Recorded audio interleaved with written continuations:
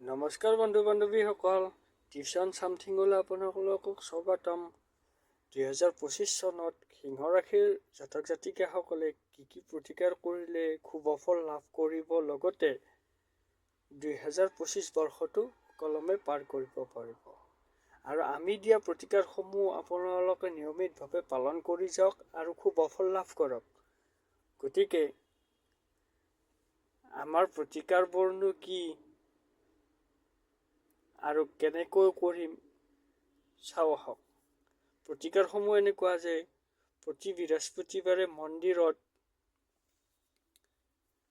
আপোনালোকে আলমণ্ড দান কৰক। মানে আলমণ্ড যিটো বাদাম আছে সেইটো আপোনালোকে মন্দিৰত গৈ কিনে আপোনালোকে ভগৱানৰ আগত অৰ্পণ কৰিলে শুভফল লাভ কৰিব প্ৰতি বৃহস্পতিবাৰে। সেইটো কৰক। তাৰপিছত দ্বিতীয়টো হ'ল আপোনাৰ কপালত কেশৰৰ তিলক লগাওক। মানে গা পা ধুই উঠি আপুনি কেশৰৰ তিলক মানে ফুট এটা লগাওক। ক'ৰবাত যাব আগে আগে আপুনি শুভফল লাভ কৰিব। তাৰপিছত আছে বৰ্গাকাৰ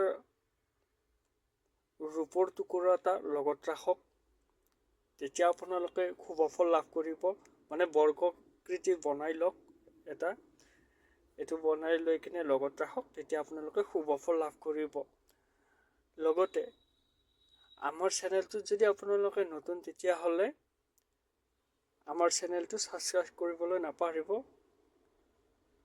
এটা লাইক, এটা কমেণ্ট কৰক যদি আপোনালোকক কিবা এই বিষয়ত আৰু কিবা জানিব লগা থাকে। আপোনালোকৰ ওচৰলৈ আমি এনেকুৱা নতুন নতুন ভিডিঅ' লৈ আহি থাকিম।